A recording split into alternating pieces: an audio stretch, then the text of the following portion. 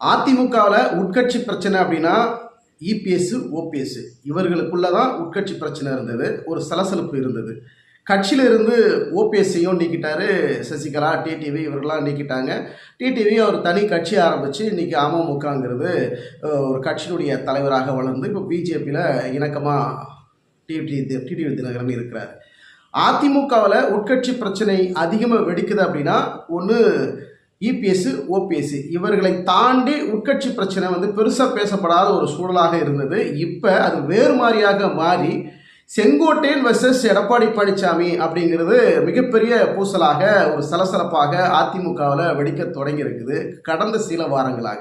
அதற்கு முக்கிய காரணம் என்னன்னு பார்த்தோம்னாக்கா, எடப்பாடி பழனிசாமி யாருடைய ஆலோசனையும் கேட்காம, ஏன்னா கட்சியில் ஒரு மூத்த தலைவர் முன்னாள் அமைச்சர் எம்ஜிஆர் ஜெயலலிதா அவர்களுடைய வழியில் ஒரு நம்பிக்கைக்குரிய பாத்திரமாக விளங்கிய செங்கோட்டையன் இப்படிப்பட்ட ஒரு சீனியர்கள் இருக்கின்ற அதிமுகவில் எடப்பாடி பழனிசாமி யாருடன் ஆலோசனை கேட்காம அவரே ஒரு தனியாக முடிவெடுத்து அந்தந்த மாவட்ட தொகுதிகளில் சட்டமன்ற தொகுதிகளில் பொறுப்பாளர்களை நியமனம் பண்ணுறது, பூத் கமிட்டி நபர்களை நியமனம் பண்ணுறது, மாவட்ட செயலாளர்களை நியமனம் பண்ணுறதுங்கிற முக்கிய பொறுப்புகளை எடப்பாடி பழனிசாமி தன்னிச்சையாகவே பொறுப்பில் போடுறது தான் இங்கே சீனியர்கள் மத்தியில் ஒரு அதிருப்தியாக இருக்கிறது. அதனால தான் எடப்பாடி பழனிசாமி மீது செங்கோட்டையின் கடுமையான கோபத்திற்கு ஆளானதுக்கு காரணம் கூட இதுதான் முக்கிய காரணம்.